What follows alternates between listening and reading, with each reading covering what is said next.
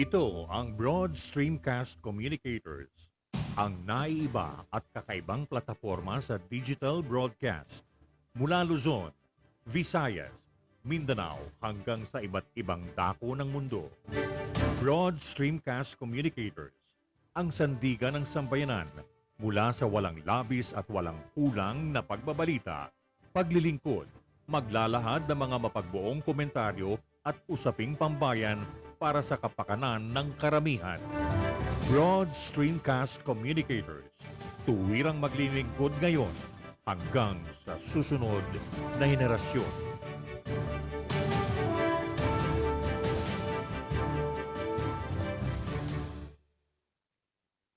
Your Honor, please.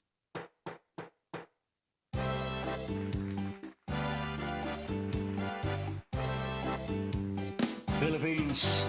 Your Honor, please, pakinggan mo reaksyon at komentaryo. Hihimayin ni Ben Paimon ang bawat isyu. Your Honor, please. Mga kurang sa gobyerno, wala siya sinasanto. Mga baho ibibisto, kahit sino. Trabaho lang, walang personalan. Ang tamaan, mabubunggulan. Komentaryo'y makatotohanan. Dito lang malalaman. Si Big Paipon, inyong samahan. Your Honor, please, inyong pakinggan. Mga isyu sa ating bayan, pag-uusapan. Your Honor, please. Problema ng ating bayan, talakayin, pag-usapan, upang maliwanagan ang taong bayan. Your Honor, please. Your Honor, please, pakinggan mo reaksyon at komentaryo. Hihimayin ni Ben Paipon ang bawat isyu. Trabaho lang, walang personalan. Ang tamaan, mabubunggulan. Komentaryo'y makatotohanan. Dito lang malalaman. Si Big Paipon, inyong samahan. Your Honor, please, inyong pakinggan. Mga isyu sa ating bayan, pag-uusapan. Mga isyu sa ating bayan, pag-uusapan. Your Honor, please. Philippines.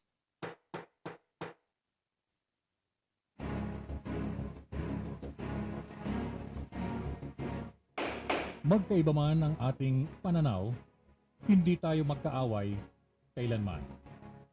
Sa dulo, makikita rin natin ang tulay na siyang daan tungo sa pagkakasundo, pagkakaisa, at kapayapaan. Your Honor, please. Ben Paipon, the bridge commentator and broadcaster on board. Your Honor, please. In defense of truth, justice, and freedom.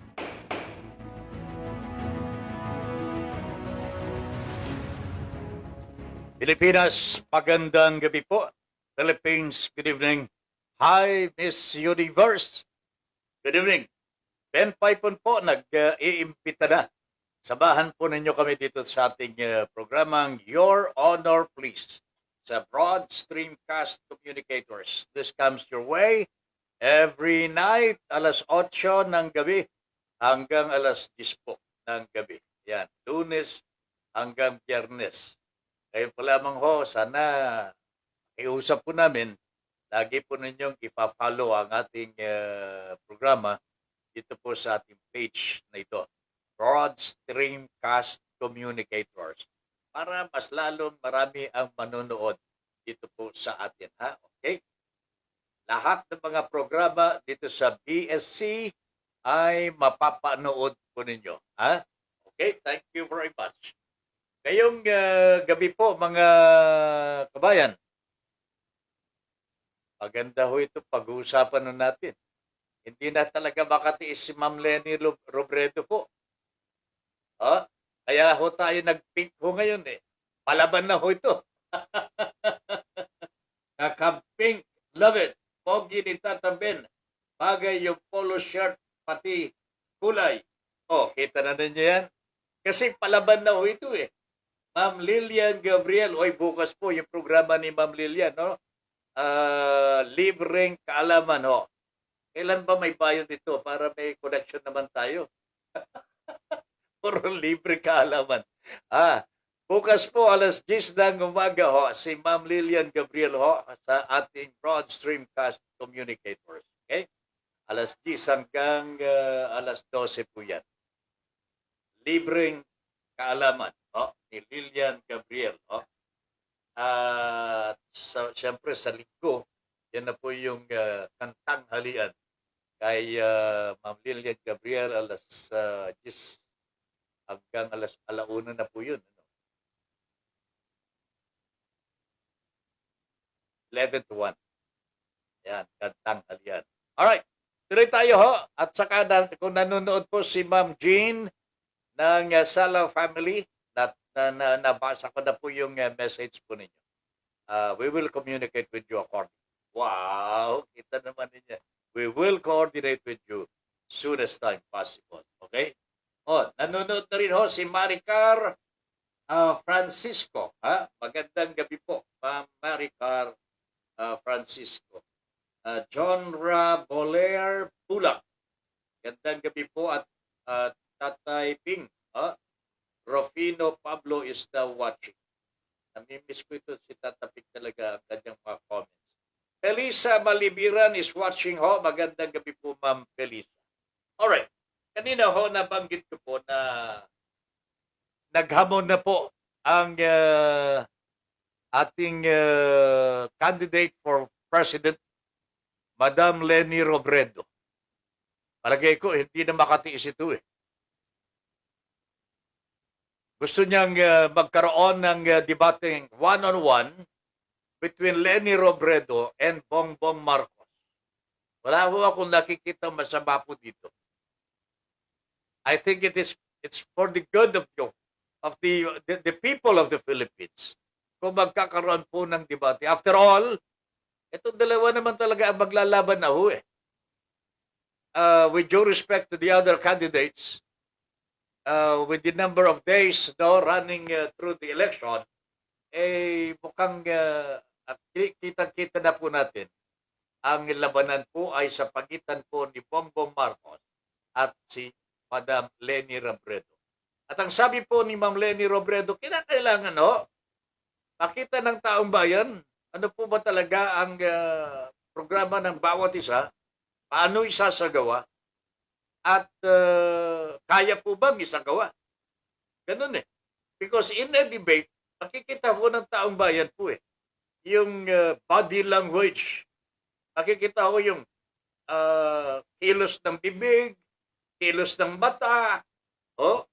Hindi katulad po ng yung bang ina-interview ka lamang na hindi naman po live. Etong debate live eh.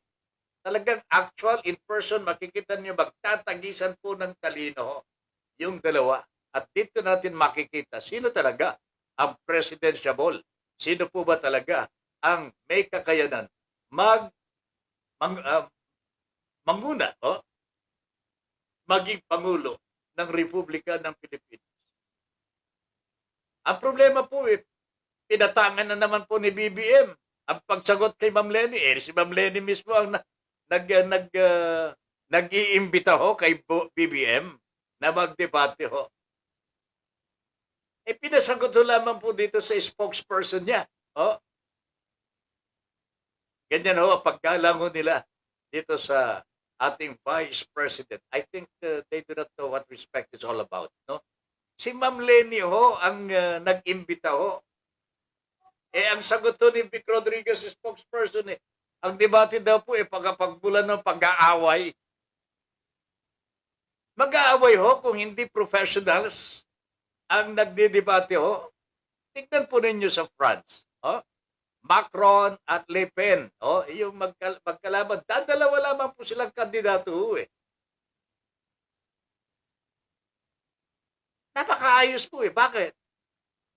Parehong professionals eh. Maliban lamang ho kung si BBM ay hindi professional ho dito. Sabagay nga po yung tinakatapos ho ng college ito eh. Pero alam po ninyo mga kababayan, marami naman po tayo mga kababayan, hindi po nakakatapos ng pag-aaral. Pero alam po ninyo, baka mas edukado pa po sila kaysa yung mga nag-graduate po sa Harvard University, magnanakaw naman. Pero itong hinahanap po natin sana kay Bongbong Marcos, he should be man enough to accept the debate. After all, 2 taon na lamang po ito magdidebate ho. Leni Robredo at Bongbong Marcos. Wala nang bias-bias dito. Kahit sino man daw, sabi po ni Ma'am Leni, kahit sino, kahit saan, anumang oras, pupunta ako kung tatanggapin ang alok. Di ba, ako lamang po siguro si BBM po, mahihiya na ako dito.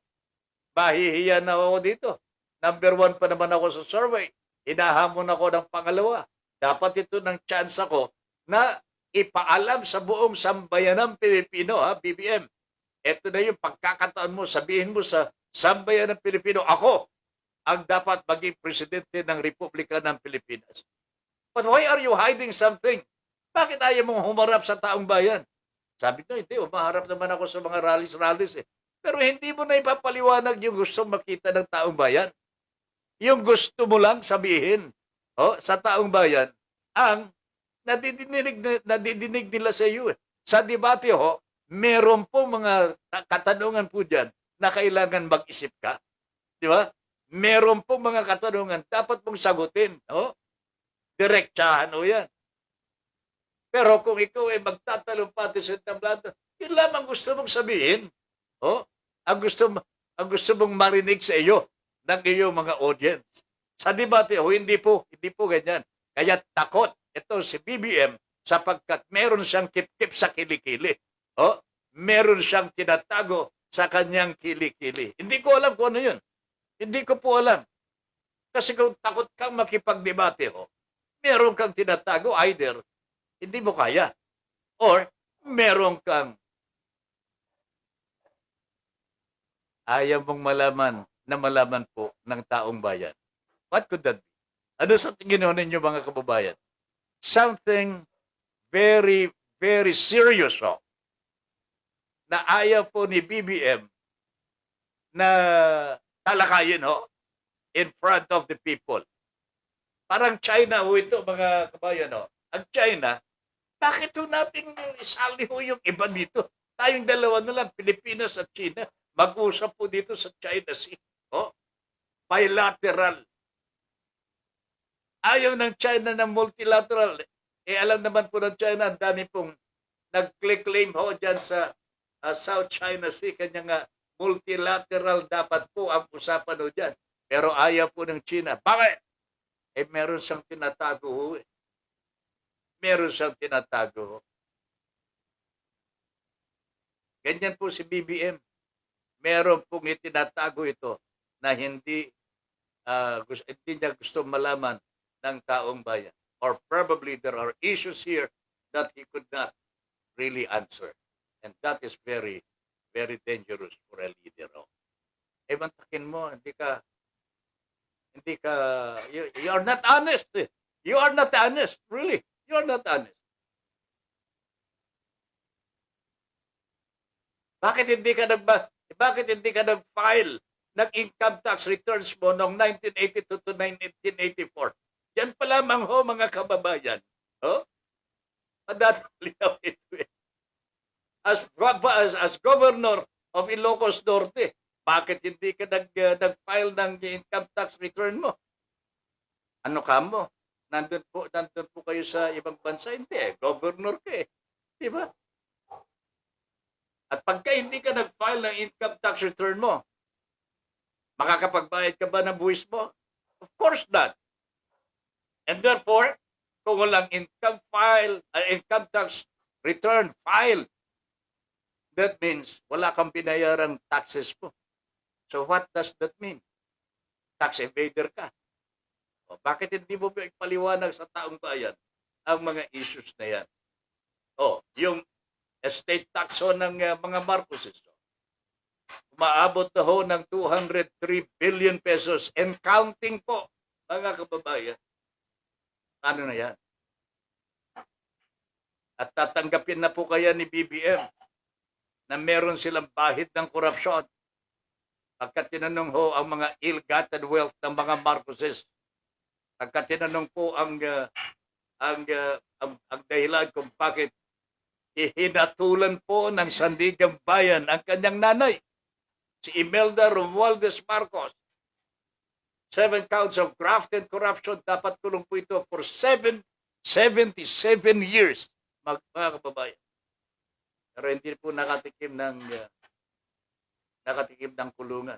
Kaya siguro gusto maging presidente si Bongbong para entirely tanggalin ho sa record ng Sandigang Bayan or any court na ang kanyang ina ay nakatulad po ng Sandigang Bayan. So anyway ho, talagang ayaw po ni BBM na magkipagdebate kanino man ho. But the invitation is open. Alam na po ng taong bayan, tumatanggi itong si BBM sa debate one-on-one with our Lady Presidential Leni Robredo. Ayan. Okay na ho, ang bumatol ho dito mga kababayan. Ayaw naman pong makipag-debate si BBM, kanya wala tayong papapanood. Yun naman pong debate ng COMELEC ho, ay wala rin pong kakwenta-kwenta ito dahil wala na po yatang humaharap na presidential talaga na yung may pagkakataong manalo pa rin. No?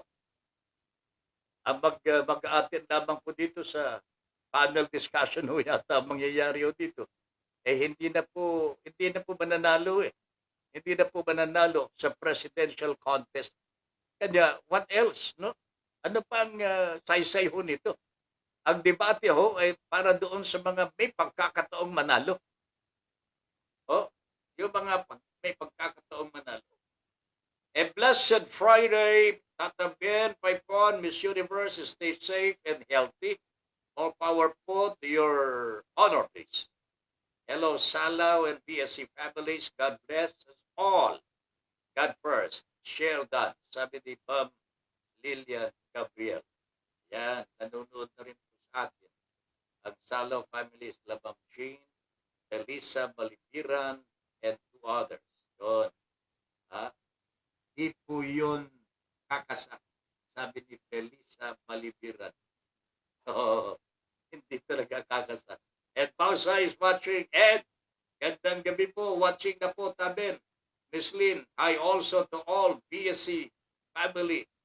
And anong palagay mo bakit ayaw ni BBM makipagdebate kay Ma'am Leni Robredo? Ang ganda po siguro nito, dalawahan lang po eh. One-on-one na talaga because ito naman po talaga ang maglalaban ho eh. Ito maglalaban ho. Dikit ang laban ho dito mga kababayan. Dikitan po ang labanan ho dito. Okay? Dali lang ha.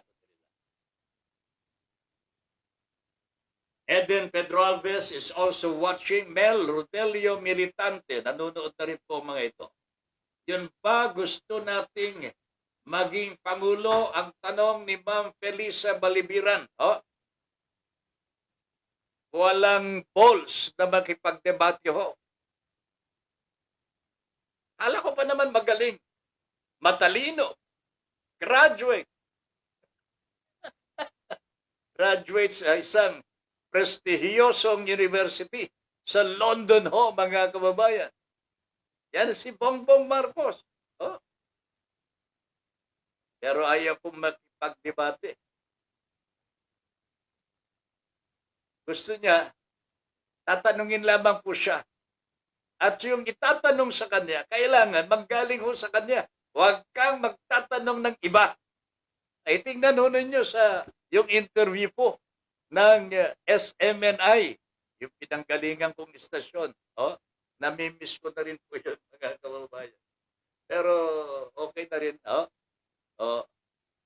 Sabi ni Ma'am Lenny, kahit doon sa SMNI, ganapin. Oh, ang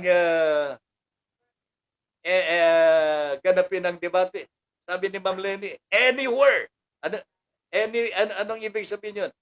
Saan man, oh, anytime, anumang oras. Ayun. Anywhere, anytime. Galing naman po. Si Bongbong, sabi po ng kanyang spokesperson, hindi, baka pag-aaway lamang ho.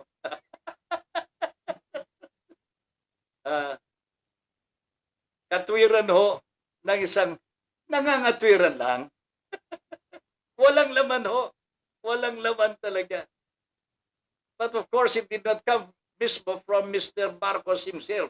Hindi naman po tinig po, hindi naman po sagot ni BBM yan. Sagot ng kanyang spokesperson. Hindi naman po yun ang makikipagdebate ho. Kailangan sumagot ka, personal, Mr. BBM. Oh, tanggapin o hindi tanggapin yung alok ni Madam Lenny Robredo. Sabihin po niyo sa taong bayan, I thank you, Madam Lenny, for inviting me to a debate. But I cannot afford to do that. No? Kasi nakapagsalita na ako sa taong bayan, naintindihan na ako. Iulitin ko ho, mga kababayan, yung mga sinasabi ni BBM, yun lamang po ang gusto niyang marinig ng kanyang mga tagapakinig. Hindi niya sinasabi, ano pa ba yung iba na hindi nila nadidinig, na dapat pong madinig sa kanya. Yan po ang importansya ng debate ho. Hindi mo po pwedeng piliin yung gusto mong sabihin sa taong bayan. You will be forced to answer questions that probably you never anticipated. That is a debate. Si Marcos ho, hindi po handa sa mga ganito. In other words, kung hindi po siya handa sa isang debate ho, paano siya magiging handa sa pagiging Pangulo ng Republika ng Pilipinas? Mas patindi ho yung pagiging Pangulo ng Republika ng Pilipinas. So, ay, naku talaga. Ano nga ni Ma'am Felisa, yun ba gusto nating maging Pangulo? Not for me, ha, Ma'am Felisa. Have a nice day to everyone. Sabi ni Bel Rodelio Militante, to you also, my friend. Angelica Paz is watching. Happy and blessed Friday and weekend po sa BSC family. Sir Ben Paipon, Your Honor, please. And Ma'am Lynn, Miss Universe. More power and ingat po lagi. Lai Neri. Hello. Hello, good evening. Magandang gabi po. Watching po si Eden Pedralbes. No? Lai Neri, watching po from Paranaque with love. Ay, may puso po siya. Oh. Narisa Henova na rin. Gandang gabi po. At sa mga bata, magandang gabi po sa inyo. Mel, Tatabel, ako na lang po ang makikipagdebate sa mga presidentiables. Maranasan naman nila ang makipagdebate sa isang tambay na walang pinag-aralan. Ay kung pwedeng alaman po, Padre, isasabak kita. Sapagkat alam ko, kahit tambay ka lang, meron naman po mga tambay na maraming nalalaman. Di ba? Sa totoo lamang, maraming tambay dyan na maraming nalalaman. Hindi ko lang alam kung para sa bayan. Ha? Alam po yung mga tambay ho . Yan ang mga pilosopo . Ha? Kanya, wag na ho nating hangarin na makipagdebate pa po sa mga gusto maging presidente. Iba ho ang lengguwahe nila. Yan siguro ang hindi arok-arok ni BBM sapagkat malalim po . Kasi may paksa, may paroroonan po ang pag-uusap at may pagpapaliwanagan eh. May pagpapaliwanagan. Kung hindi ka marunong sumagot talaga, mababara ka. And that is very shameful to the audience. Cynthia Kokok, Giovanni Pinuela, sir. Magandang gabi po. Good evening. Nice of you to be with us again. Always, every night, nandyan po si Kokok, Giovanni Pinuela. Kokok, thank you very much. Good evening. Cynthia Buste, good evening po, Sir Ben and Miss Lynn. Sa buong BSC family, magandang gabi rin po sa lahat ng viewers. Have a blessed weekend, everyone. Yan, weekend na pala ngayon. Pagising natin bukas, at 30 na. At 30 na ho. At sa linggo po, May 1st na ho. Araw po ng paggawa. Wala pang umento ang ating mga manggagawa. Nako. Pero alam po ninyo mga kabayan, pasalamat po tayo at meron tayong halalan. Etong halalan na ito. At merong isang representante ng mga manggagawa na lumantad at lumalaban po na maging Pangulo ng Republika ng Pilipinas. I'm sure Calyodi de Guzman knew from the very beginning na medyo wala pa po silang laban. Pero I could imagine the intention. I could imagine po yung hangad nila na may parating sa ating mga kababayan ang ibumutok nila, hinanakit nila ang kanilang pangangailangan sa gobyerno natin. Yan ang gusto nilang maiparating sa atin at sa ating gobyerno. And you know what? This is what happened. Naiparating nila. At nagkaroon pa ngayon ng leader na matatag in the person of Leody de Guzman. Time will come, pagka magpapatuloy po ang yung itong gawain po na napakabuti para sa mga manggagawa. It's either Calyodi or any of his successors. Darating po ang panahon para nakikinita ko na magkakaroon tayo ng presidente na magagaling po sa mga manggagawa. And thank you kay Calyodi sapagkat ipinaglaban po niya ito. Ito yung nakita ko talaga. Especially when he was in Bukidnon, mga babayan, walang takot na hinarap po yung panganib. At hindi po sila natakot, hindi po sila tumakbo, kumaripas po ng takbo. Hindi po. Hinarap po nila yung mga kalaban nila. I do not know what happened now with the investigation at Calyodi. Ano na bang nangyari? And I hope our government will continue the investigation at parusahan yung mga nagkasala.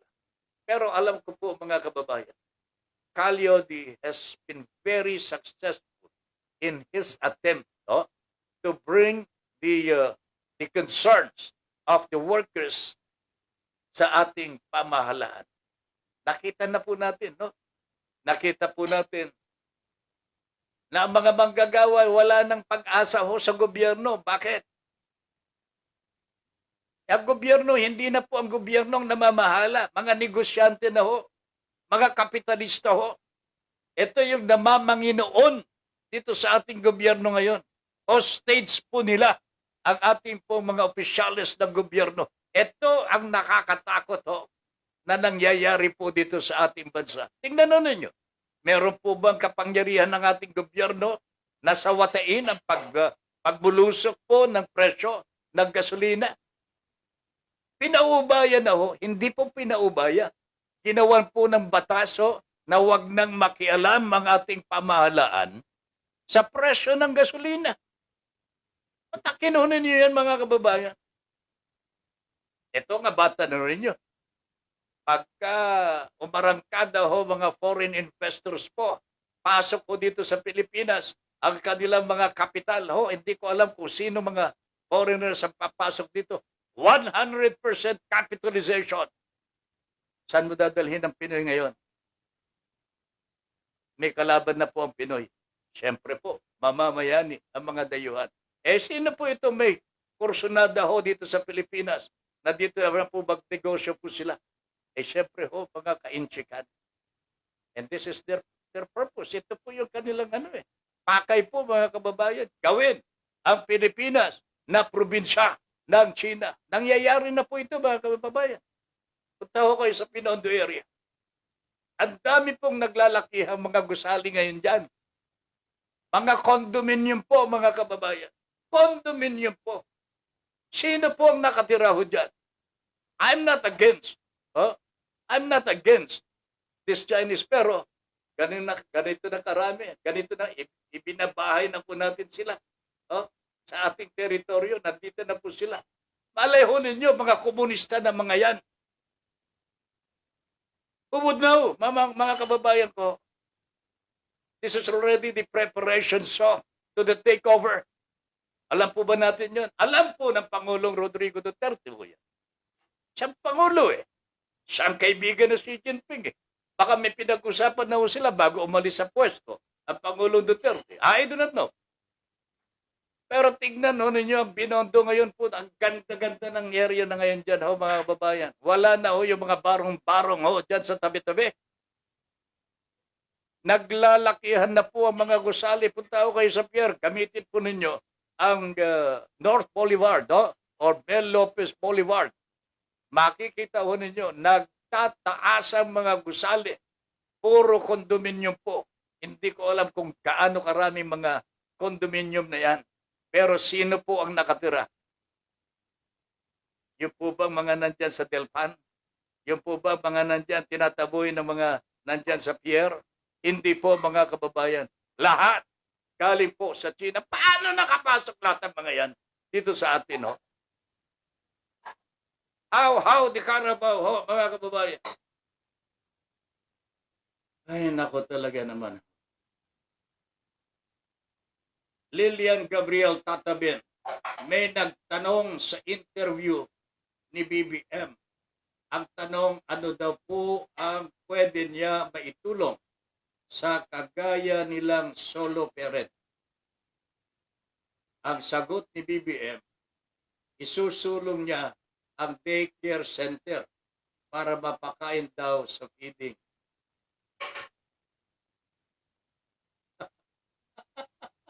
Really?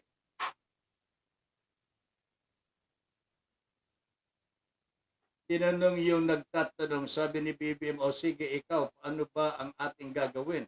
Ano ba gusto mong gawin? Ay, nako. Jesus Christ. Ano?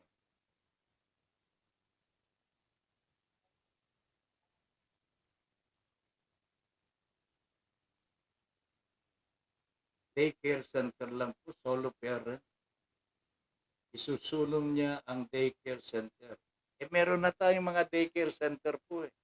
Pero ito po ba yung para sa mga solo parents? Daycare center? Mapapakain daw sa feeding program ang mga bata na nag-aaral. Kailangan daw may libreng toothbrush, toothpaste, para sa mga bata. Ito po bang kailangan nila, sir?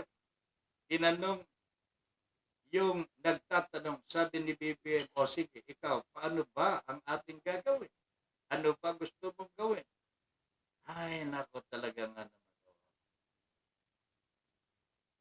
I'm annoyed, sabi ni Mel Rodelio Militante. I am annoyed with those arrogant candidates. So I'm the one who volunteered to debate with them to end that issue. Unfortunately, Mel, wala ka sa kalibre nila. And you are not a candidate. Kaya huwag ka na munang makialam sa kanila. Pwede tayo, katulad ko natin dito, magsalita na lamang ko natin, at huwag natin ipilit ang ating sarili. Because we do not belong. Hindi tayo kahiliran nila. So anyway,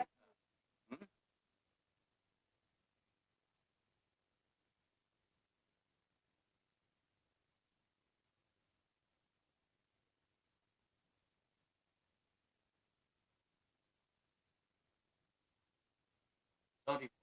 Alright po.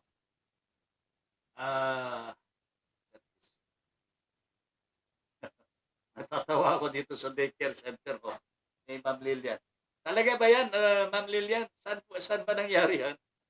Mel, wag ka maano ha, wag ka masasaktan. Oh, pagpatuloy mo lamang yung gagawain mong mabuti para sa ating mga kapwa diyan sa Calamba, Laguna.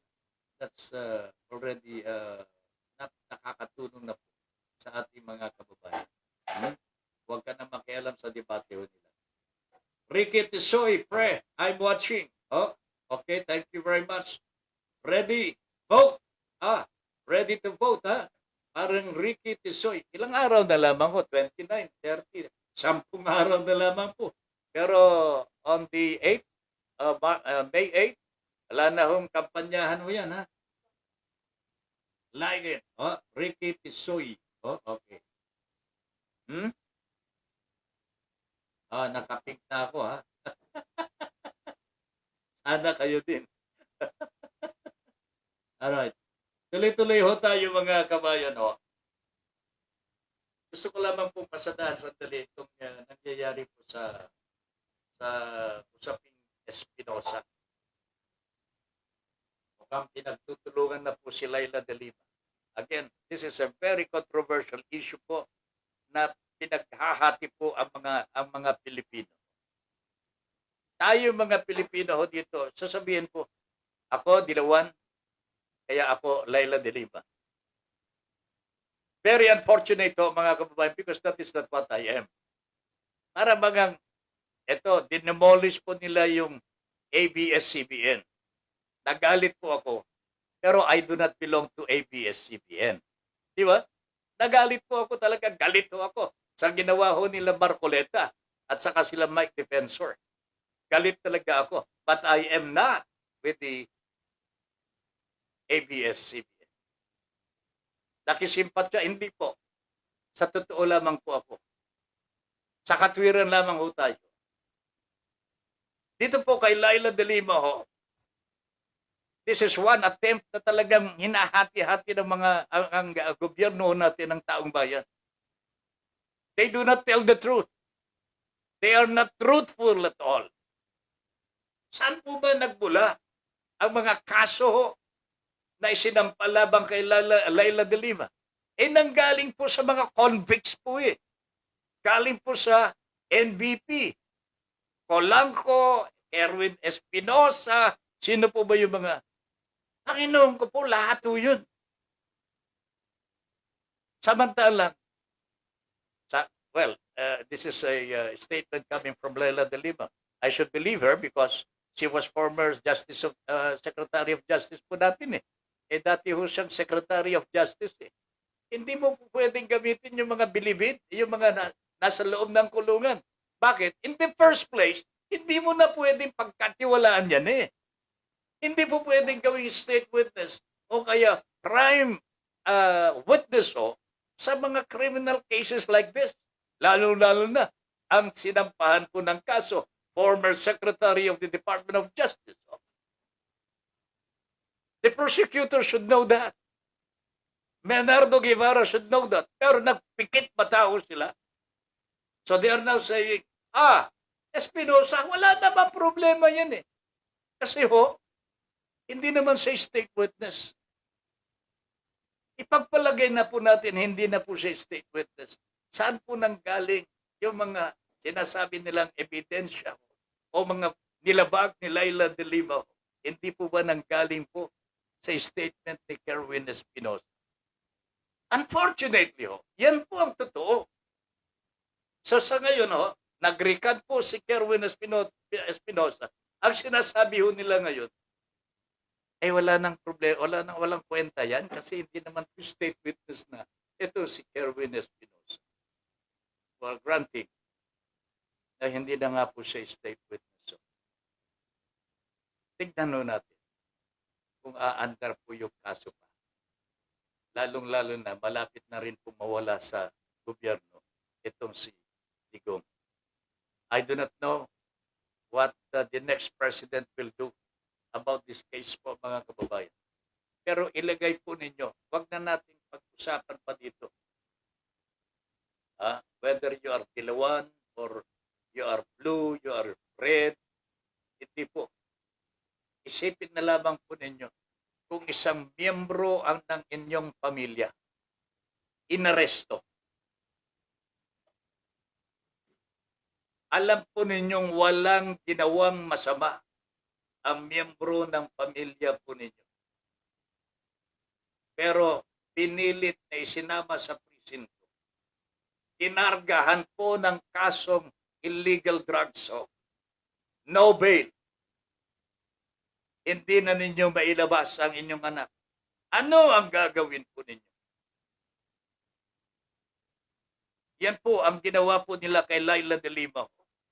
For more than 5 years now and running po and counting. Laila de Lima has been incarcerated in jail. No bail. Dahil lamang po sa inimbestigahan po niya ang mga kaso that involved the Dutertes when they were still running the city of Davao.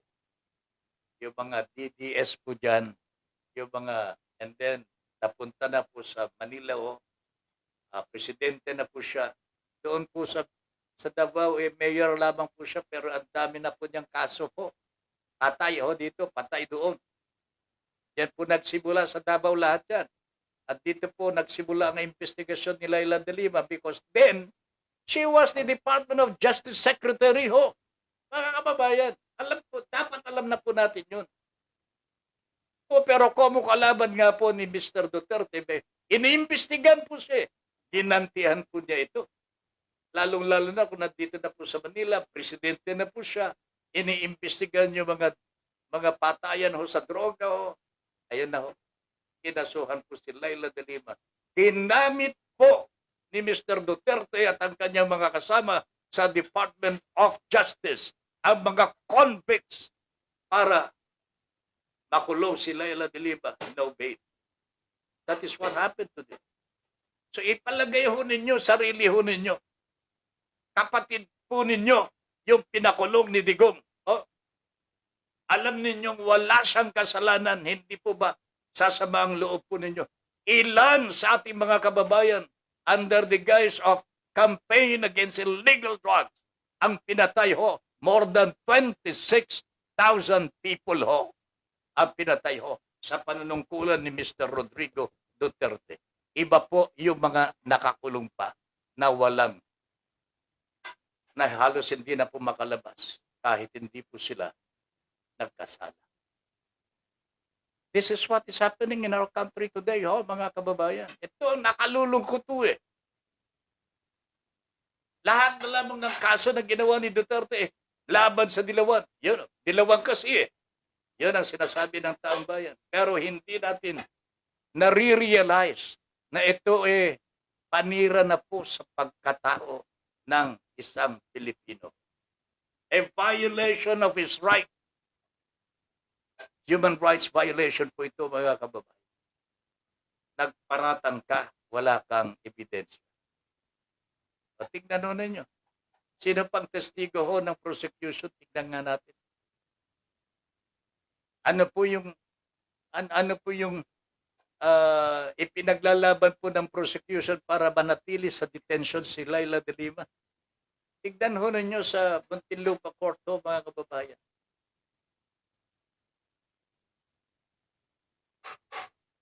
Witnesses, mga bilang convicted criminals.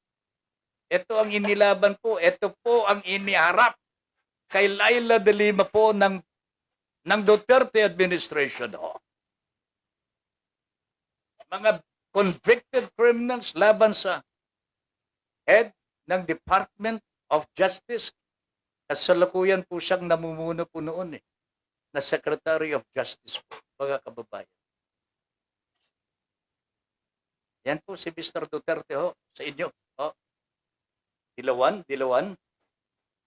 Ipalagay po ninyo ang inyong sarili. Kamag-anak nyo si Laila de Lima o kaya kamag-anak po nyo pinahuli ni Digong. Walang kasalanan. Anong mararamdaman po? Yan ang ginawa po kay Laila de Lima. Alex C. Aquino. Magandang gabi, Padre. Ha? Good evening.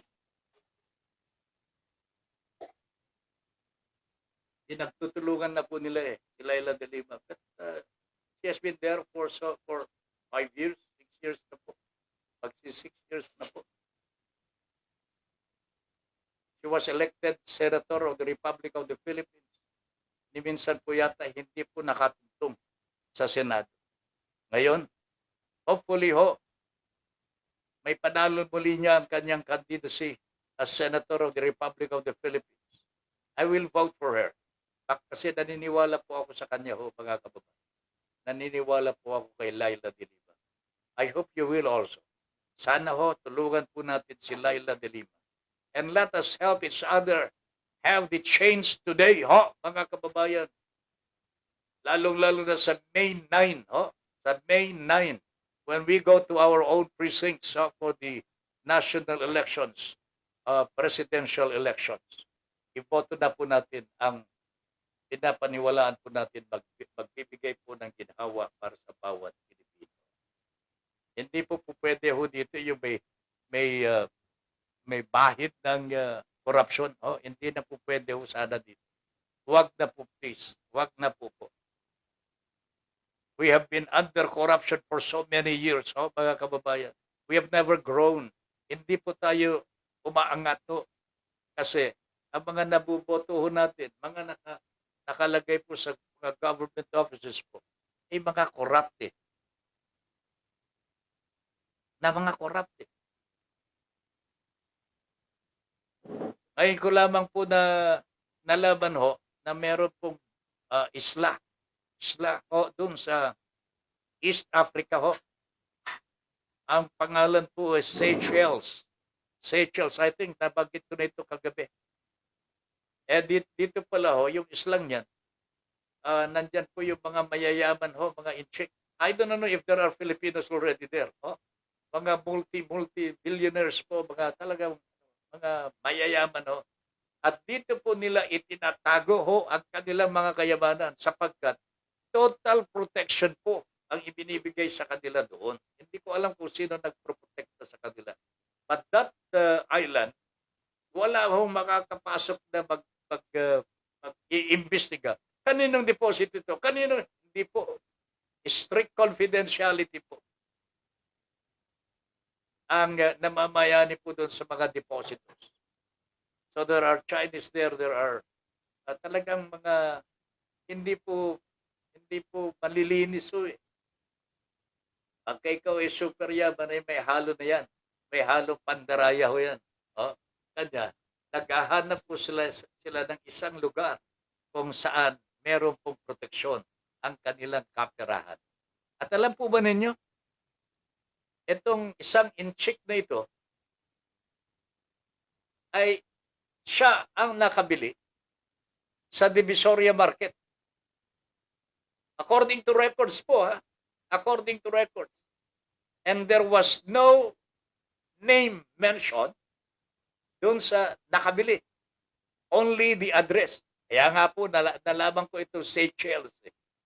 But that appears in the books of the City Council of Manila.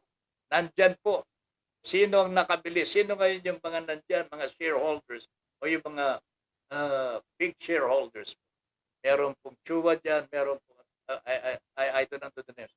Pero yung itong nakabili po ng more than one half of the property is a Chinese national whose money is in Seychelles at wala pong ibinigay na pangalan and there is no warm body except for the address. Kaya ito po ay kaso ngayon na nasa ombudsman at dapat pong sagutin po ito ng kumakandidatong pang-presidente natin, si Mayor Isko Moreno.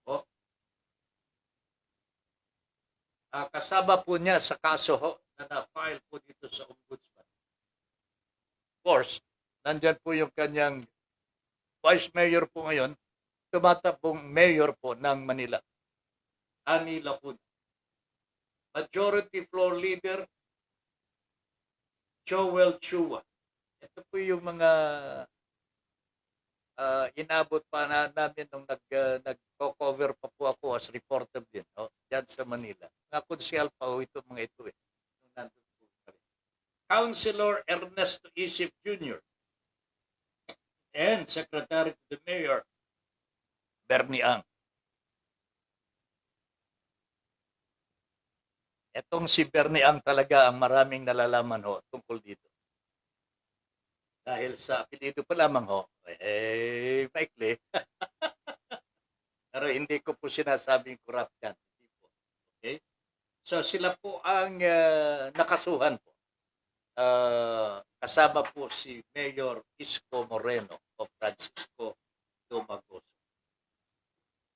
Dahil po dito sa pagbebenta ng public market credit cooperative. No?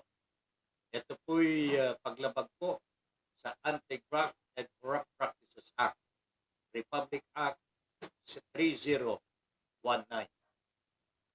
The sale was without the required pre-qualification standard for the bidder. May paglabag po sa bidding process as stated in City Council Resolution 171, series of 2020. Wow, this is a case filed before the Office of the Ombudsman.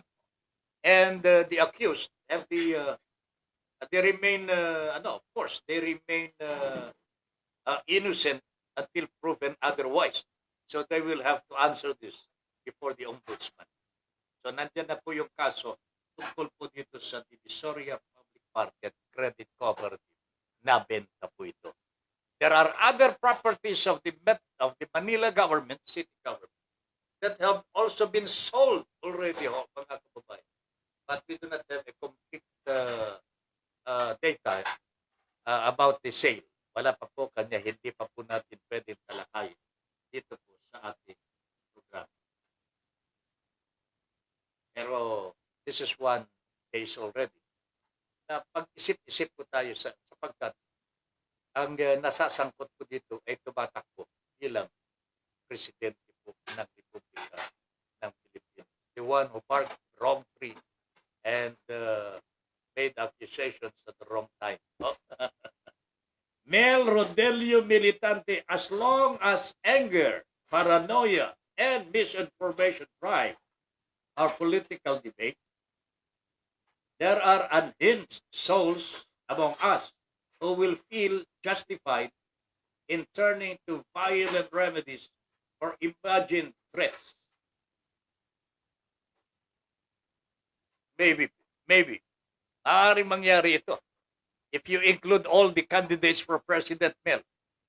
Pero for as long as dalawahan lamang one-on-one, Leni Robredo and Bongbong Marcos, I do not foresee any violence here.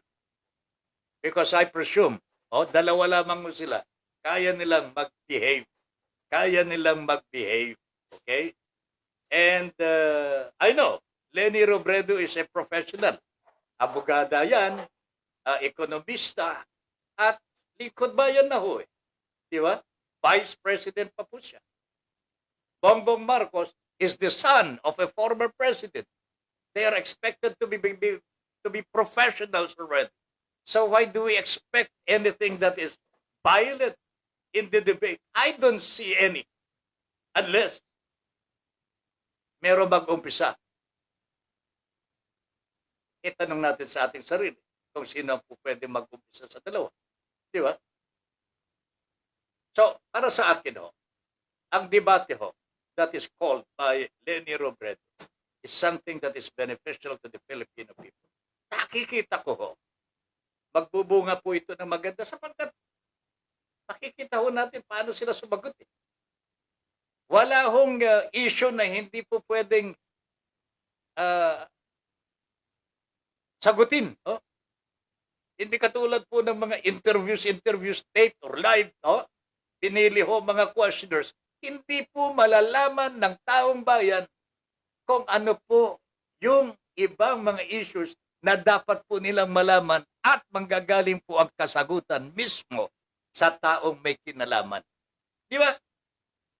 Simple lamang yun. the debate will bring that out. Oh, unfortunately, debater Marcos does not want to be placed in that predicament where he could not answer some questions. Yan. Yan ang dahilan kung bakit siya umaayaw. He should be responsible enough to tell the Filipino people, meron akong mga issues na hindi kayang sagutin sa debate. Yan ang dapat po niyang aminin sa taong bayan. At pagka yan ay naamin na ho niya, baka makuha pa niyang taong bayan. Oo nga po, oh. Sige po, makikisimpatya na lamang ho kami sa inyo. Kayo na nga rin po, ibuboto namin. Pero aminin ninyo na hindi po ninyo kayong sagutin ng mga yan. O, pagka sinagot ni Bongbong yan, edi baka maraming bumaliktad. Oh. Di ba? But for as long as he refuses to debate one-on-one with the next, no, yung talagang katunggalihon niya sa pampanguluhan, the sympathy of the Filipino people lilipat ho. Di ba? Kasi ho, may pagdududa na ho. Alam ni Bongbong yan eh. Alam ng kampo ho ni BBM na habang umiiwas po siya sa debate ho, meron siyang iniiwasan na hindi naman dapat iwasan. Taong bayan po ay maghihinata. Sa totoo lamang ho, mga kababayan, meron pong mga bagay-bagay na dapat harapin na po. Meron pong ipagpapaliban at sasabihin mo lang, oy, let us move on na lang. Oh, mag-unite na lang tayo, unit team na lang tayo. Oh, bangon tayo, bagong Pilipino. Easier said than done, oh, mga kababayan. How can you move on? Hindi man lamang inaamin ang mga kasalanan. Hindi man lang itutuwid ang mga nagawang kasalanan po ng nakalipas na mga panahon. Kapamilya naman, di ba? Ayaw namang aminin. Paano yan? So these are the things that maybe this allows the presidential candidate para humarap sa debate.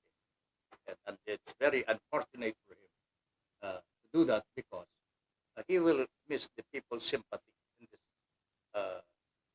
this way. Kanya ho, sana ho, magbago pa rin ang kaisipan. Pero palagay ko, hindi na po magbabago. But Leni Robredo will have na imbitahan na po niya. Na gawa na po ni Ma'am Leni Robredo ang kanyang tungkulin para sa Pilipino. Baka sabihin po kasi ng taong bayan, hindi po kaninyo kasi hinamon. Hindi po niyo inimbitahan na magdebate ho kayo. Wala nang masasabi ang taong bayan po. Nag-offer na po si Ma'am Leni Robredo one-on-one debate with BBM. Unfortunately, the spokesperson lamang po ni BBM ang nagsalita at nothing from the mouth of the presidential candidate. Very unfortunate. 14 na minuto makalipas po ang alas 9 ng gabi po sa ating Your Honor Quiz-Up dito po sa Broad Streamcast Communicators. Meron nga pala hong issue dito na masalimuot din po ito sapagkat this involves the deployment of workers po sa Saudi Arabia, lalong-lalo na yung ating mga domestic helpers. Alam po ba ninyo, meron na tayong Department of Migrant Workers? Tandaan ninyo, Department of Migrant Workers. Department po parang cabinet secretary po ang mamumuno ho dito eh. Kahilera ho ng mga cabinet secretaries, cabinet officers po. Ang itinalagaan ni Pangulong Duterte ho dito ay itong si Mr. Pamao. Abdullah Pamao, the new Secretary of the Department of Migrant workers.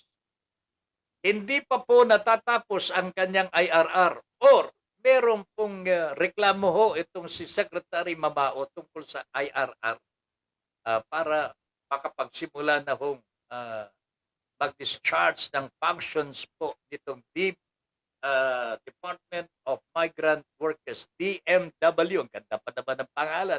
Parang BMW ito eh. DMW. Para makapagsimula na mag-function, may dapat merong IRR. Pero sabi ni Mamao, hindi raw po pirmado ho ni Medialdea, Executive Secretary, neither the President. Kanya, hindi na po niya hinintay, hindi na give due course to the IRR prepared by the Executive Secretary's Office. So sinunod po niya ang kanyang gusto. At ito ang lumabas po, mga kababayan. Dinisregard po niya yung kautusan po na nanggaling sa Department of Labor and Employment. Galing po kay Secretary Bello III. Ang memorandum circular po dyan there will be ban doon sa deployment of workers sa Saudi Arabia until yung salaries po ng some 11,000 domestic workers shall have been paid by the Saudi government.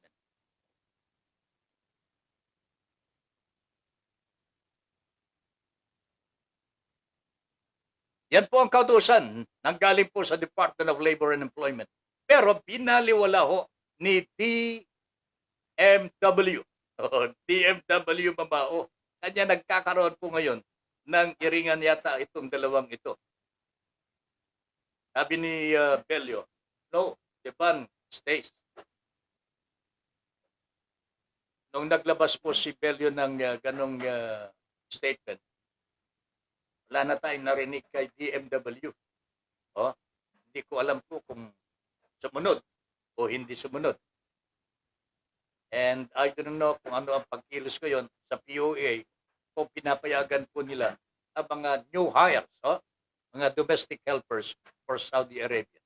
Alam po ninyo kasi mga kababayan, may mga formal complaints, may mga sumbong ng ating mga domestic workers.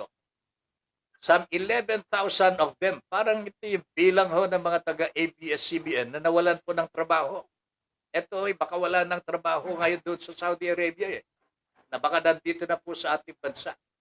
Umalis po sa kanilang pinapasukan without receiving their salaries. Injustice po ito ho mga kababayan para sa ating po mga kababayan. Ang gusto po ni Secretary Bello, bayaran mo na ito, sagutin po ng Saudi government po. At meron na silang ginagawang usapan ho tungkol dito. And parang uulinigan ko po na malapit nang magtagumpay sa Secretary Bello. Pinababayaran po niya sa Saudi government po ang sweldo ng mga kababayan ho natin. Pero ito si Mamao, nagkagaling-galingan mga kababayan Nagkagaling-galingan Pinaliwala po niya itong ban from the Department of Labor and Employment. And I think this is causing some irritation between the two already. Hindi ko po alam kung sino sa dalawa ang mananalo ho dito. Pero sabihin ko na po sa inyo ang niloloob ko po dito. Ang inaasikaso po dito ni Secretary Bello, kapakanan po ng ating po mga kababayan who have left their jobs already without getting their pay. Hindi pa po sila pinasusweldo. Diba? Kailangan po bayaran muna ng Saudi Arabia. Of course, maaring sabihin po ng Saudi Arabia, hindi naman kami employer ng mga yan. Pero nationals ninyo yung ayaw magbayad. So, alam po ninyo mga kababayan, even the Philippines could be in the same predicament kung hindi tayo magbabayad ng sweldo ng mga nagtatrabaho sa atin, even if they are foreigners. Maliwanag po yan. Pagka lumabag po mga nationals po natin, sa karapatan ng mga dayuhan na nandito po sa atin, at pipilitan po ang ating gobyerno ang sasagot. That's how it is. That's how it is. Kaya Saudi Arabia will have to pay our may 11,000 workers to do it. Only then, pagka nabayaran na ho ito, mga kababayan, sabi ni Secretary Bello, doon lamang po natin i-lift ang ban. Malaya naman po, madali lang naman po yan. Kanya nga lamang ho, merong intensyon na mabuti ho ang ating gobyerno. Yan po ay pababayaran po yung mga sweldo ng mga manggagawa ho natin na hindi po nababayaran. Sana ho, mag-isip-isip ng mabuti ho ang ating bagong secretary ho ng Department of Migrant Workers, Ginoong Abdullah Mamao, Secretary Abdullah Mamao. At tumulong muna na masingil ho natin ng Saudi government para sa mga sweldo ng ating mga manggagawa before we lift the ban sa employment po o deployment ng mga bagong mga manggagawa sa Saudi Arabia. Okay? So, yan po ang one of the latest controversies po dito sa ating pamahalaan sa ngayon. Ngayon, marami po ang nagtatanong ho as we have been asking also last night ho. Kagabi, pinag-usapan na rin po natin itong kay Marcoleta. Ang iniisip po ng ating mga kababayan, Marcoleta had all the chances to win. He's a member of a powerful organization that vote as one. Di ba? Iglesia ni Cristo. Pagka nagkakaroon po ng halalan, kailangan sumunod ka po sa kautusan ng kanilang simbahan. Ganyan po ang Iglesia ni Cristo. Hindi naman po natin masisisi yan. Yan po ang kanilang paniniwala. Yan ang kanilang iniisip na tama. Wala naman po tayo magagawa po. Okay? So, Marcoleta, Rodante Marcoleta is part of this organization. And if there are 7 million voters in this organization, that's 7 million for Marcoleta. Plus factor na po yan over the other candidates. Di ba? Plus, ito na po, yung tulong ng Pangulong Duterte. Hindi po ba? Ang may kagustuhan na pa-demolish po ang ABS-CBN with or without cause. With or without cause. Huh? Parang trumped up causes din yan. Marcoleta and Mike Defensor. Silang dalawa ho ang nagpursige dito. But basically, Marcoleta was the leader. Siya po ang lead dito. Lead counsel. Kung suportado siya ng Pangulo Duterte, anong ikatatalo niya? Anong ikikakabaho niya? Maliban na lamang po kung meron po nangyayari sa ilalim na hindi po natin alam. Di ba? Pero I cannot see any reason why Mr. Marcoleta would withdraw his candidacy as senator. Hindi ko maisip po kung bakit mag-withdraw. Napakalakas po ang kanyang mga backer. Except for, siguro, baka naman iisip na rin po ang INK kung sino po ang kanilang tatangkilikin bilang presidente ng Republika ng Pilipinas. We do not know. Oo nga, alam, INC, INK. Iglesia ni Cristo, Iglesia ni, pareho din po yun eh. C spelled as C. K spelled as K. Okay? So, ang atin lamang ho dito mga kababayan, sana ho, ay, hindi naman po natin pwede pangunahan. Magagalit sa atin itong kaibigan natin, nanonood po siya. Hindi po natin pwede pangunahan sila. They know what is best for their organization. That's one fact. Ang problema lamang mo natin, bakit kayo nag-withdraw si Marcoleta? Meron po ako nadinig, mukhang siya po ay napipisil. Wag ka nang tumakbo pang senador. Itatalaga kita bilang Secretary of Justice. Kita na din yan. Napupulot po na, nakakapulot po tayo sa labas ng ating studio sa bahay ni Ben iPhone.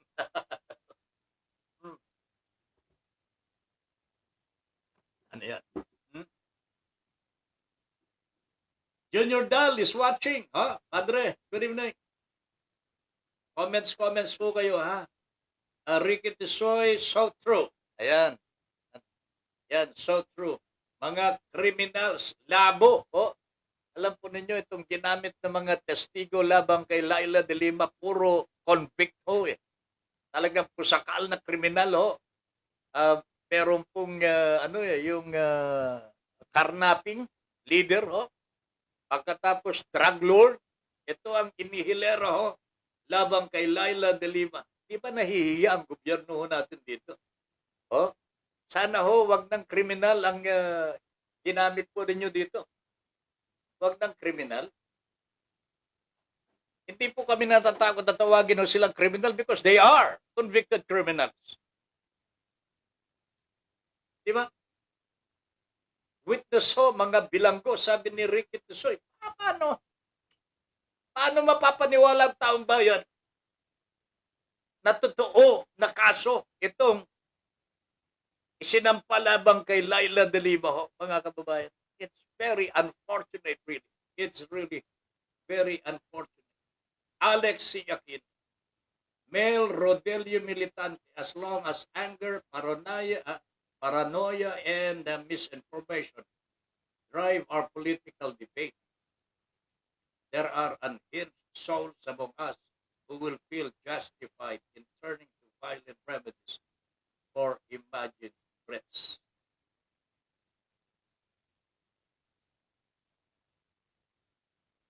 Tama lang po ito na we have to be concerned. No? May mga imagined threats at kung yan ay mamayani ho, ay parang lalabo ang any undertaking. Lalong-lalo na ho kung mga katulad yan, mga disinformation at ang pairalin ho, hindi. Pero ito, debate ho ng dalawang tao lamang ho. Ang pinag-uusapan. And ang inaasahan natin dito both shall act professionally because they are seeking the highest position of the land. Ito po ang pampanguluhan. So it is not expected of them to make monkey-monkey business in the debate. Kailangan ho, seryosohan po ito And if they are professionals, they will behave as professionals. All for the interest of the Filipino people. Wala nang iba pang mga interest dyan kung hindi. Ano ba ang gustong malaman ng taong bayan? That is the only issue here. Oh? Ano ba ang issue na hindi masagot ni BBM sa harap ng taong bayan po? Ano ba yan?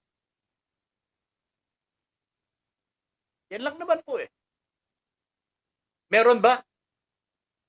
Meron ba siyang hindi masagot? Yun ang hindi ko alam. Pero for a person, para umiwas ho sa isang debate ho, check ho yan. Meron siyang itinatago, nakakulip-kip sa kanyang kilikili. Hindi po niya maitaas ang kanyang kamay sapagkat may malalaglag mula sa kanyang kilikili. Ano kaya yun? Hindi ko alam po. Yung buhok naman sa kilikili ho Nakadikit naman talaga ng todo-todo yan. Hindi malalaglag ho yan. Baka meron pang iba na nakalakay sa kilikili na hindi po niya maiangat ang kamay kasi malalaglag. Yan ang iniisip ko po na dahilan kung bakit tumatanggi sa isang debate. Ito si BBM. Antonio Salaw is watching. Ibig sabihin po, Ma'am Jean and Boyce, Mr. President, Yud Salaw. Good evening, Gino. Magandang gabi sa inyo.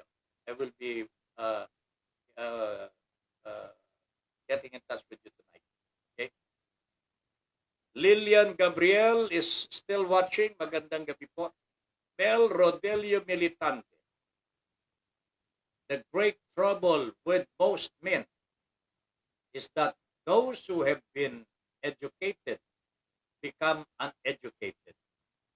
just as soon as they stop inquiring and investigating life and its problems for themselves. Ang totoo niyan ho, mga kababayan, yung mga talagang matataas ho ang edukasyon. Nakalimutan na po silang edukado na po sila. This is the truth. Sa totoo lamang ho, mga kababayan, pagka na umabot na ho sa punto na yung kanilang edukasyon is sapat-sapat na at nasa posisyon na ho, nakalimutan na po sila na edukado po sila so that they can now do anything they want. Because wala naman po makakapantay ho sa kanila sa kanilang kaalaman. So they become abnormal ho in a sense. Ano ho yung abnormal? They do not do the things that are right. Oh, nagagawa na po nila maging animal. Oh, maging hayop.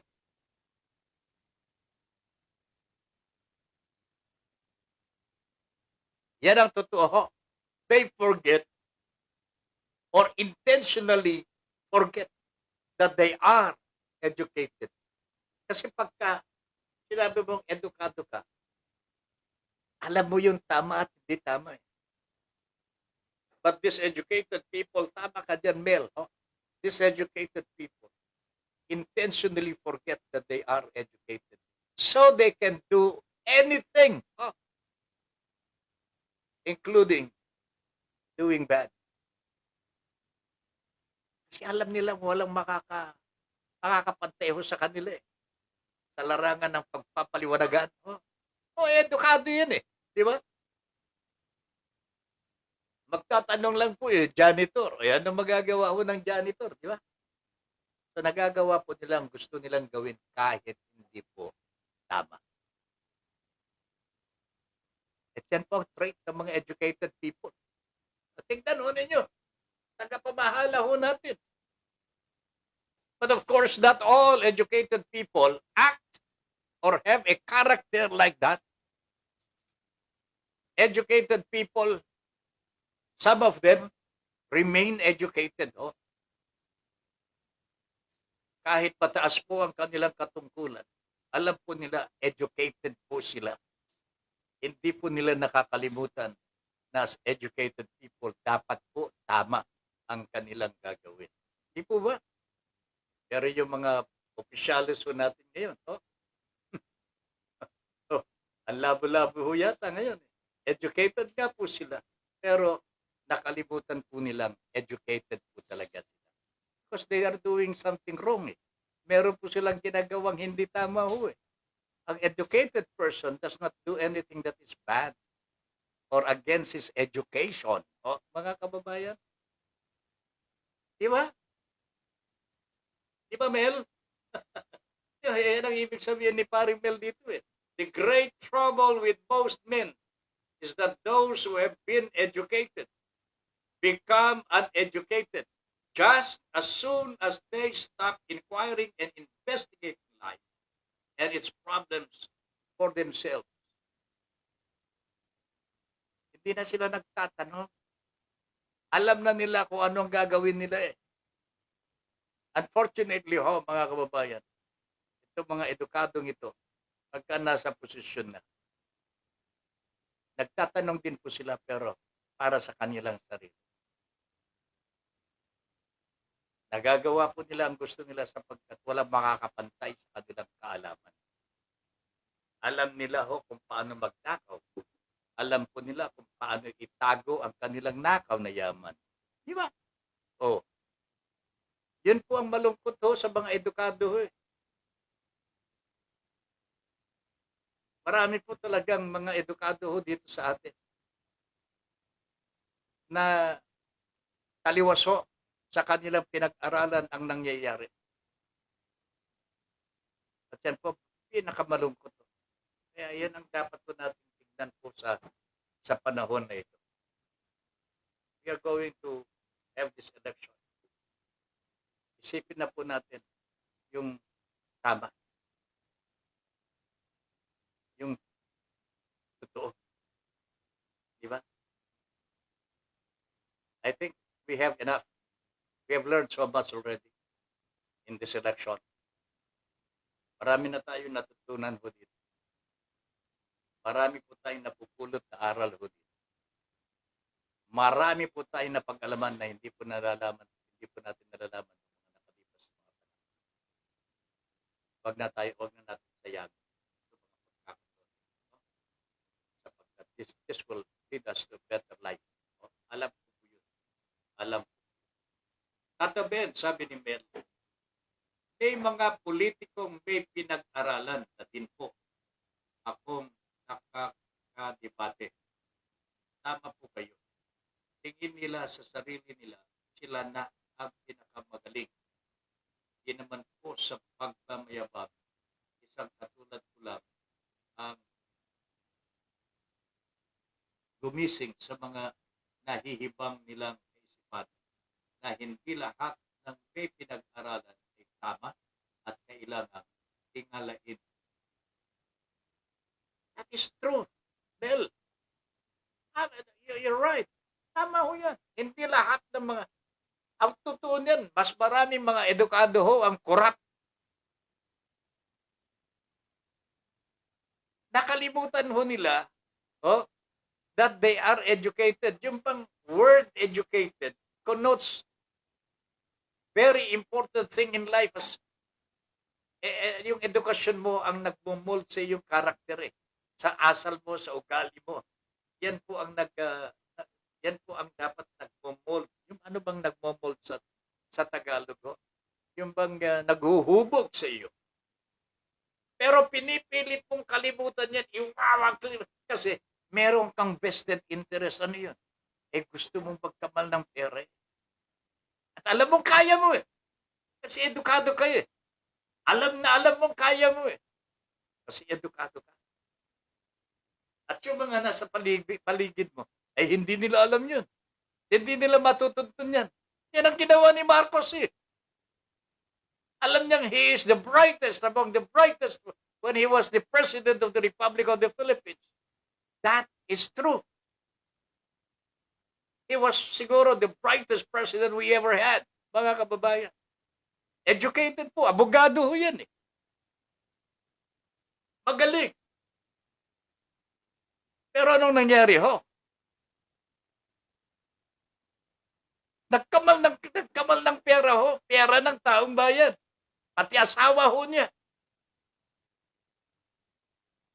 This is true. Ito po'y totoo ho, mga kababayan, na nangyari po sa ating bansa. Imelda Marcos, hindi po ba edukada yan?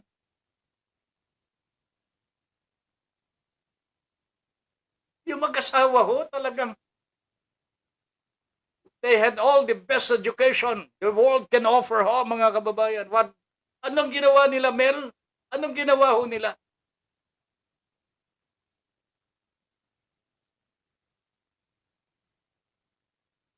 Si Marcos, hindi mo matatalo sa debate ho yan. Kasi matalino si Bongbong, hindi naman po siya kasing talino ng tatay ho niya. Pero kahit yung matalino, tinalo ho ng isang housewife, di ba? Di ba? Ito yung nangyari ho sa 1987 snap election, 1986 snap election. Tinalo po ng isang housewife ang pinakamatalinong presidente ng Pilipinas. Bakit? Kasi nakalaban po ng tao, corrupt pala ho yung matalino. Ang dami palang ginawang hindi tama. Kaya pinalayas po siya. Di ba? O lumayas po siya sa kanyang bansang Pilipinas. Ang masakit po dito, namatay sa ibang bansa. Yan ang kanyang sinapit. Yun ang kanyang sinapit. So, tama po, Mel. You're right. May mga talagang matatalino, may mga talagang may pinag-aralan na hindi po ginagamit ang talagang pinag-aralan. Gusto ko lamang pong ipaliwanag ko dito. Ang edukasyon po, kaya naman po tayo nag-aaral. Para mabago po yung buhay po natin. Nahuhubog po yung ating brain na tumingin kung ano ang tama at mali. we are given the opportunities to find out ano po ba ang dapat tama, ano bang dapat mali. Yun, na-inculcate ko sa ating brain habang tayo ang nag-aaral ang mga parameters, how to define what is right and what is wrong. That is why nahuhubog po ang ating ugali. Nahuhubog po sa tama ang ating asal. Di ba? So that when we graduate, ibang tao na si Ben Paipon, graduate na. We are expected now to act like an educated person sapagkat hinubog ka na sa tama eh. Pero pagdating ho sa, ayun na, may trabaho ka na, nabigyan ka na ng pwesto sa gobyerno, nandyan na yung mga tentasyon sa buhay. Marupok po yung pagkahubog ng edukasyon ni Ben Paipon. Saan na uwi? Sa corruption po, mga kababayan. Dito na uuwi ang mga mahihina po ang pagkahubog o ayaw talagang sumunod sa pagkahubog dahil po sa edukasyon. I hope I am clear on that. Ang edukasyon ay hindi po masama. Nakakatulong po sa taong bayan. Nakakatulong po sa ating lipunan niya. Pero kung ginamit mo ang edukasyon mo sa pagkasalbahe, as political officials are doing today, ginagamit po nila ang kanilang edukasyon, ginagamit po nila ang kanilang posisyon, and so on and so forth, to take advantage of the people. Ito po ang pinakamalala na mga magagawa ho natin sa ating gobyerno. Alamin po natin na ang edukasyon ay hindi po masama. Ito po ay katulong po natin sa pag-urirat kung ano po yung tama at hindi tama para sa ating sarili at para sa ating tatabin.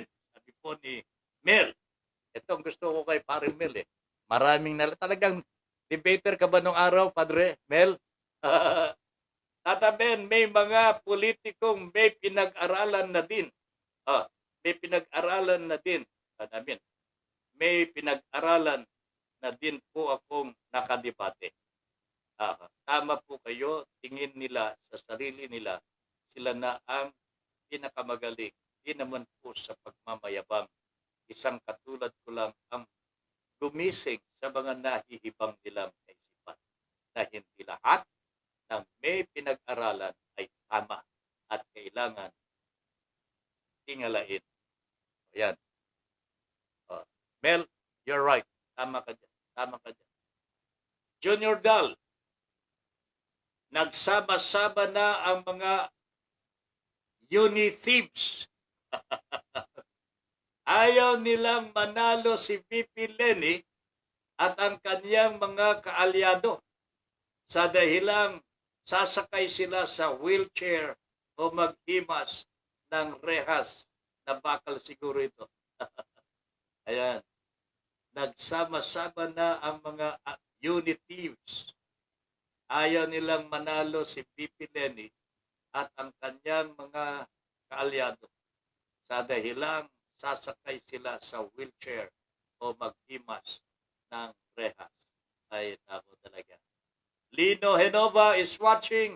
Lino, gandang gabi sa iyo, insan. Magandang gabi. Mel, di nila ako ka-level sa pinag-aralan. Tama, mas lamang sila. Pero pinakita ko sa kanila na kahit di ako nakapagtapos ng pag-aral, ay di ko din sila ka-level sa ibang bagay. Isa na dito ang pagtulong sa kapwa. That's right. May kanya-kanya tayong kanya-kanya kagalingan mga kababayan. Pagtulong sa kapwa na di naghihintay o naghahanap ng kahit anumang kapalit. This is what I like with Pele. Meron siyang tropa na tumutulong po sa kanyang mga kababayan dyan sa Laguna. Sana makatawid po sila dito sa Metro Manila. Mas maraming nangangailangan ng tulong ng tropa po dyan. Pero tama kayo ito. Ako naman po nababalang naman po ang aking pinag-aralan. Uh, and I dare say na itong mga broadcast po natin, alam ko mas maraming magagaling ho sa atin. Pero persado po ako. Pagkaalam kong nasa tama ho ako. At tama po yung mga parameters na gagamitin ko po. Ay hindi po ako susuko karak-karak. And I think this is what Mel is trying to tell us. We may not be on the level of these people. Ho. Yun mga pinagsasabihan po natin sa broadcast po natin. Mga comments po nyo, nakakarating ho sa kanila eh. Namimiss ko nga po yung mga messages from Eve Ramos, sila Angelica Paz, and yung mga dati po natin, si Tatay Ping, Mr. Rufino Pablo, namimiss ko po yung mga comments. Napakagaling. And I do not even know ano ang pinag-aralan nila. Pero tama ho ang kanilang mga sinasabi po eh. What is important here is that, ano ba yung tama? Di ba? Ano po ba yung dapat to? Sa larangan po ng halalan, lalong na one-on-one, I have never seen or heard of a country na hindi po nagkaroon ng debate ho ng mga magkakatunggali. Well, ang Pilipinas lamang po yata ang pinakamaraming mga kandidato pang-presidente ho.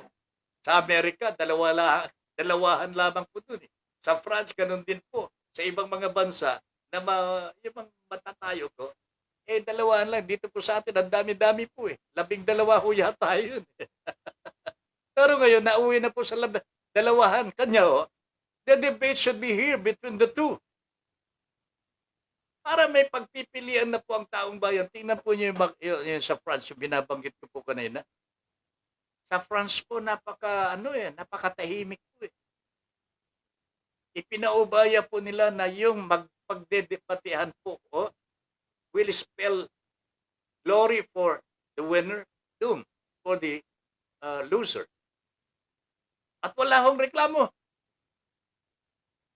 Sana ho dito sa atin, mangyari din po yan. Mangyayari po siguro ito pagka nagkaroon na po tayo ng mga changes sa this political structure na gustong baguhin po ni Kaleni, mangyayari po ito. Pagka sana po ang nanalo siguro. But for as long as ito yung mga bahid ng korupsyon na naman na mananalo ho dyan, syempre ho, ipagpapatuloy po nila yung kanilang nakagisnan. At yan po ang nakakasira ho sa buhay ng mga Pilipino. Hindi na tayo nakaangat po dyan. Hindi totoo, nababangon tayo kung sila po ang mamamahala muli. Hindi po totoo yan. Magpapatuloy po yung kanilang kahibangan. Ipagpapatuloy po nila yung kanilang nasimulan. Can you imagine? Hindi sila magbabayad ng buwis. 203 billion pesos. Paano yung mga buwis na hindi niya binayaran? Hindi siya nag-file ng income tax return. Can he tell the Filipino people, wag na kayong magbayad ng buwis? Sapagkat ako naman, hindi po nagbabayad ng buwis. Yan po ba ang gusto niyo manalo? Ito po ba ang gusto natin maging presidente ng Pilipinas? Masakit po ito mga kababayan. Pero dapat po nating malaman mali ho eh. Mantakin ho ninyo. Hindi na tayo pagbabayaran ng buwis. Ano mangyayari sa bayan ho natin? Dapat ho paghuhuliin ho natin. Itong mga tax evaders paghuhulihin natin yan. This is the lifeblood of the Philippines, of the government mga kababayan. BBM is a violator of this. Napatunayan po ng RTC yan. Binago lamang po ng, hindi ko alam kung sino bumago, pero even the Court of Appeals mga kababayan, sinang-ayunan po ang desisyon ng RTC. Pero nung dalhin po ni Bongbong Marcos ang kaso sa Supreme Court, hindi na po inaksyonan po ng Supreme Court yung petition for review. Pinabalik ko sa Court of Appeals. Ang Court of Appeals po, ang bumago sa kanilang desisyon mismo, tinanggal po yung imprisonment at hindi na po dinala sa Supreme Court. Ho. Namatay na ho yung kaso doon. Pero meron pa rin pong pananagutan si Marcos sapagkat lumabas po sa desisyon, Marcos did not file an income tax return for 4 years. Oh, at meron po siyang pananagutan. Inayos lamang po nila yung moral turpitude issue involving moral turpitude para hindi po siya ma-disqualify. Pero tignan po ninyo ito.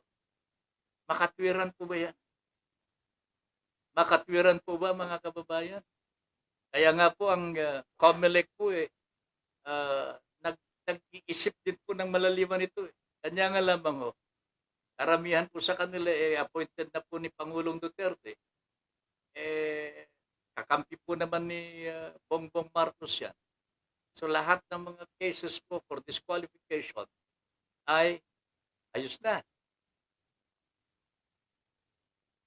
Tinapos na ho nila. But of course, it's not yet over. Kasi hindi pa naman po tapos talaga. May en banc pa yan. At meron pang sa Korte Suprema. Unfortunately, wala na ho. Hindi na makakaabot po ito sa pangalan po nito sa election. And then proclamation of the winning candidate. Hindi na po natin alam kung ano po ang mangyayari after that. Unless the COMELEC and Bank reverses its decision at magpakatotoo, baka sakali may mangyari pa. So anyway, ganito po ang talagang buhay po natin mga Pilipino. We are at the mercy of the educated. We are at the mercy of the educated. Hindi lamang po si BBM po. Ang katakutan ho natin dito, bas katakutan ho natin, ang nakapalibot po sa kanya. Mantakin ho ninyo even during the time of Mr. Marcos Sr. Natatandaan po ninyo may mga cronies niyan. Pinaghahatian po nila ang bansang Pilipinas. Inagaw po nila ang mga kumpanya na malalaki at ibinigay po sa kanilang mga friends in the industry. ABS-CBN was already a victim of the Marcoses din mga kababayan. Diba? Meralco, SMC, my goodness, mga kababayan. Abatan ho ninyo ito, mga kababayan, Pagka nanalo si BBM, mabubuhay ulit si Imelda Marcos, hahabulin po niya yung mga cronies nila na hindi po nagre-remit daw po ng shares ng mga Marcoses sa mga kumpanyang ere. Tignan ho ninyo yung mga kababayan ko. Mabubuhay po si Madam Imelda Marcos po. At pagka nanalo si Bongbong Marcos, hahabulin po niya yung mga cronies na hindi po nagre-remit ng shares ng mga Marcoses. Antakin po ninyo yan. Ayan abatan ho ninyo mga kababayan. Mel Rodelio Militante. The great trouble with most men is that those who have been educated become uneducated just as soon as they stop inquiring and investigating life and its problems for themselves. Hindi siguro maganda ito, Mel. Yung first part is okay. The great trouble with most men is that those who have been educated become uneducated. Tama po yun. Pero itong pangalawa na yung sentence, just as soon as they stop inquiring and investigating life and its problems for themselves. Hindi po for themselves ito.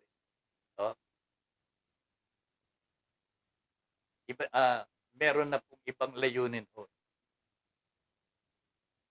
Hindi na sila nag-iimbestiga para sa kanila kasi alam na nila kung ano mangyayari kung sila po gagawa nito, gagawa noon. Importante dito, educated sila, di ba? Sila educated. They forget that they are educated pagka sila po nasa posisyon na.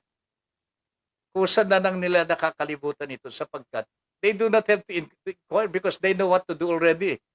Ano kaya kukunin ko dito? Hindi naman ako mahalata . Ganun na yun . They do not stop to investigate for themselves. Hindi na po. Anong iimbestigahan nila? Wala. Ang gagawin nila, magkamal ng magkamal sapagkat yan ang tinatawag na para sa kanila, edukasyon. Nakalimutan po nila yung layunin talaga ng tunay na edukasyon na gustong gustong yung bang mapakinabangan po ng bawat Pilipino. Ito ang problema natin talaga. How to re-educate. Siguro ito na po. How to re-educate. Masakit to pagka educated ka, pagkatapos magnanakaw pala. Anong klaseng edukasyon ang nakuha mo?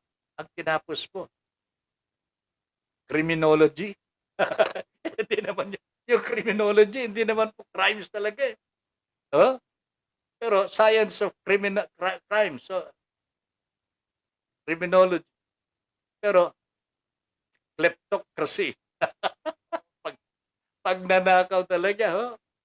Ay, nako, mga kababayan, ito po ang masakit na transformation of the educated. Ho? Transformation of the educated from educated to uneducated. Ayan. Tatabit. May mga politikong may pinag-aralan na din po ako. Ayan, natatapos na natin ito. Ha? Okay. Sabi ni Mel, di nila ako ka-level sa pinag-aralan. Tama, mas lamang sila. Pero pinakita ko sa kanila na kahit di ako nakapagtapos ng pag-aaral, ay di ko din sila ka-level sa ibang bagay. Isa na dito ang pagtulong sa kapwa na di naghihintay o naghahanap ng kahit anong kapalit. Mabuhay ka dyan, Maribel. Ha? Tatabin, maiba po pala ako. Bukas po pala, mapa-harvest na ako ng... Oh, really? Sili na naman tayo. Ha? Mahilig ako sa sili. Kaya kadalasan, maanghang ako magsalita. I enjoy it, Bel. Oh, don't you worry. I enjoyed it sapagkat na-challenge din po yung aking kaisipan. Alam mo, this is ito po yung gustong-gusto ko sa broadcast. No? Nakakapagpalitan po tayo ng puro-puro. As I always say, in the intro of our program, hindi naman po magkakapareho ang ating mga pananaw sa buhay. Hindi tayo nag-aaway, hindi tayo mag-aaway. May pagkakataon na magkakatagpo din po tayo sa dulo. Di ba? Tama ho yun, di ba? Mel, that is my panuntunan sa buhay ko. Ako'y naniniwala, talagang malakas po ang aking paniniwala. Magkakaisa din po tayo. Pagkaibaban po tayo ng mga dadaling kandidato na siguro ngayon, pero tandang huli pagka nahimasmasan ho tayo, o kaya either or, di ba? Either ako ang makumbinsin ninyo o ako ang makakumbinsi po sa inyo. Pero tandaan ho natin, sa tama lamang po tayo. Sa totoo lamang po tayo, mga kababayan. Wala mo ng friendship pagka sa totoo at tama ho ang pinag-uusapan natin. Let friendship take the backside ho, mga kababayan. Unahin ho natin ang katotohanan. Okay? Kung sili ang i-harvest mo, hindi po ako tatanggin yan, Mel. Hindi ako tatanggi talaga. Ha? Thank you very much. Padala mo na kagad. Ha? Anyway, isa pa po tatabit. Dagdag ko lang, yung mga hibang na politiko naghahanap ng mga tao para maging kapanalig para sa boto nila tuwing eleksyon. Samantalang kami, di po kami naghahanap ng tao. Kusang, sandali ha. Yan. Kusang loob na lumalapit ang mga tao upang sumapi sa aming tropa dahil nakikita nila ang maganda naming layunin sa pagtulong sa mga mamamayan na hindi nangangalap ng pera mula sa mga politiko. Bagkus, nag-aambag-ambag kami mula sa mga sariling bulsa para pagtulong sa mga tao. Mabuhay ka, Mel. That is the correct attitude ng gustong tumulong sa kanilang kapwa. God knows what to do with people like you, ha, Mel? Pagpatuloy lamang po ninyo yan sapagkat yan ang tama. Yan ang dapat na gawin.